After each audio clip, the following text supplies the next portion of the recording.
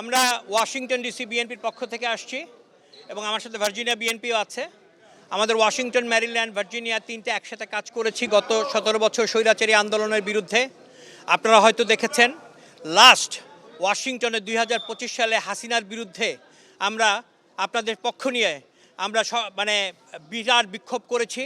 আপনারা সবসময় এখানে নির্যাতিত হয়েছিলেন হাসিনার পক্ষ লোক দ্বারা। আমরা ওই দিন হাসিনা বাহিনীকে পরাস্ত করেছিলাম, আপনারা হয়তো দেখেছেন টেলিভিশনে। আমরা গত 17 বছর আপনাদের বহির্বিশ্ব থেকে এই গণতন্ত্র প্রতিষ্ঠার জন্য আমরা কাজ করেছি। আমরা রেমিটেন্স বন্ধ করেছি।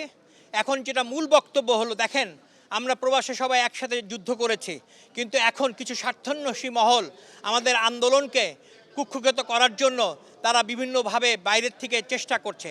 আমরা এখানে সেটার পক্ষে যাব না। আমরা চাই দেশে গণতন্ত্র, সুষ্ঠু নির্বাচন। সুষ্ঠু নির্বাচনে তারেক রহমান লন্ডনে একটা কথা বলেছিলেন, আপনারা আমাকে ভোট দিয়েন না, আপনাদের ভোটের রাইটের জন্য যুদ্ধ করেন। আমরা একই কথা বলি। আমরা বিশ্বাস করি সুষ্ঠু নির্বাচনে যারা নির্বাচিত হবেন আমরা তাদেরকেই মেনে নেব। এবং আমার বিশ্বাস জাতীয়তাবাদী দল সেখানে সর্বাগ্রে এগিয়ে রয়েছে। কারণ জাতীয়তাবাদী দলের যে পক্ষ, বিশেষ করে আমরা প্রবাসীরা কেন কৃতজ্ঞ, কারণ দেখেন সব সরকার কথা বলে, কিন্তু প্রবাসী মন্ত্রণালয় কে করেছে? বেগম জিয়া করেছে। মহিলাদের নিয়ে অনেকে কথা বলে, ক্লাস 8 থেকে ম্যাট্রিক পর্যন্ত অবৈতনিক ফ্রি শিক্ষা কে দিয়েছে? খালেদা জিয়া। তারপরে দেখেন মুক্তিযুদ্ধে নিয়ে হাসিনা কত কথা বলে, মুক্তিযুদ্ধের সোল এজেন্ট, কিন্তু মুক্তিযুদ্ধ মন্ত্রণালয় কে বানিয়েছে? বেগম খালেদা জিয়া। তারা আলটিমেটলি কি দাঁড়ালো? আলটিমেটলি দাঁড়ালো আমাদের মানুষ তাদের রায় দিবে ইনশাল্লাহ আগামী এই 12 তারিখ নির্বাচনে। তারেক রহমান বিশাল বিজয় হবে ইনশাল্লাহ।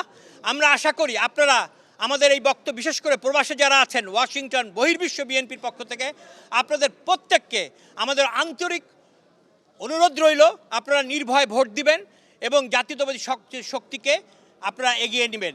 এবং আমরা বিশ্বাস করি 12 তারিখের পরে আমরা এই স্বাধীন বাংলাদেশে একটা মুক্ত গণতন্ত্রের আমরা আবার নতুন করে স্বাদ পাবো।